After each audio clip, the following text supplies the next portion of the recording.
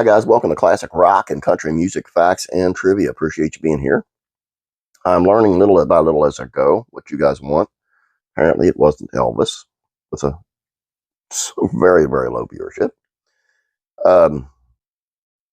So we're going to try something. This is a really wild story, I want you to know. Deep Purple, the rock band Deep Purple, were forced to do a very scary concert in Indonesia in 1975.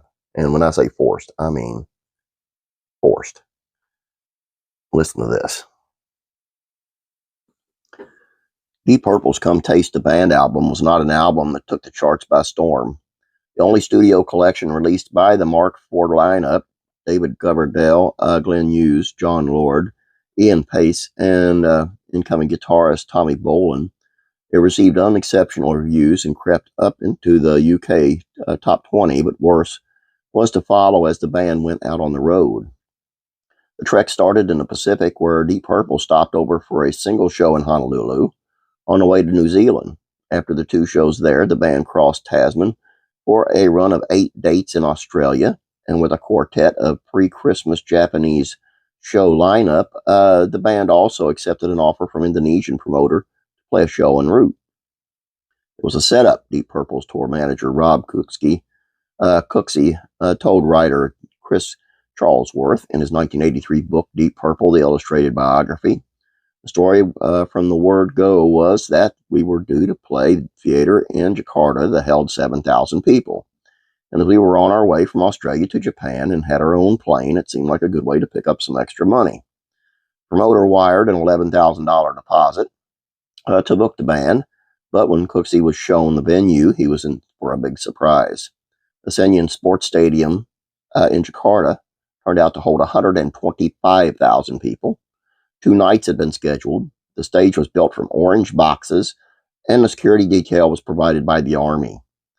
Disturbed by the nature of what he found, he attempted to cancel the event, but was promised that a renegotiation would make him happy. The first night proceeded with Purple playing a set that opened with Burn, including a cover of Hoagy Carmichael's Georgia on My Mind, and featured the debut performance of Soldier of Fortune. With 100,000 fans in attendance, he calculated the band's gross for the show should have been in the region of $750,000, and he'd only received $11,000, so he demanded another meeting. Started off quite pleasantly and then developed into an argument, he said.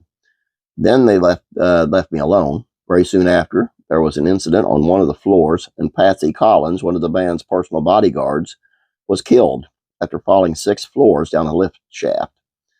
He fell through those central heating and pipes and water ducts right through into the basement, but it didn't kill him instantly. Crawled out and got into a minibus outside the hotel and just murmured, hospital, and he died shortly after. Cooksey, Glenn Hughes, and the second Deep Purple minder known as Paddy the Plank were taken away by police and informally charged in connection to Collins' death, before the latter pair were released in time for the second show, during which riot police armed with machine guns and fierce dogs attacked and injured 200 fans. It's my opinion it was a setup to get me out of the way, reported Cooksey. The band had to play that night, and they were quite literally taken from the hotel at gunpoint and pushed up on the stage. They let Glenn out to do it, but they'd only played for 20 minutes when the place went crazy. The tour manager remained in jail overnight and was only released after paying $2,000 to retrieve the band's passports, which had been handed over so that copies could be made.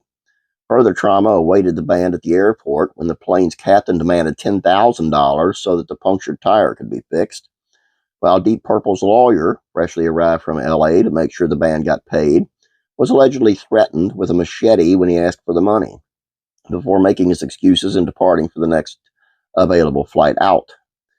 Late Deep Purple keyboardist John Lord was convinced that Collins' death had been no accident. It appeared that he had fallen down an elevator shaft, but we knew that he was murdered, he told Guitar World in '99. It was after that first night that Patsy was murdered. The promoter never paid us, took all the money, and had us deported. He had our tour manager, one of the roadies, and our bassist Glenn Hughes locked up on suspicion of murder. In 2015, Hughes announced that he'd return to Jakarta to mark the 40th anniversary of Collins' death and to play a solo show. And 4 years later, Deep Purple published an updated trailer for an unfinished film about the experience. Working title 1975. It remains unreleased.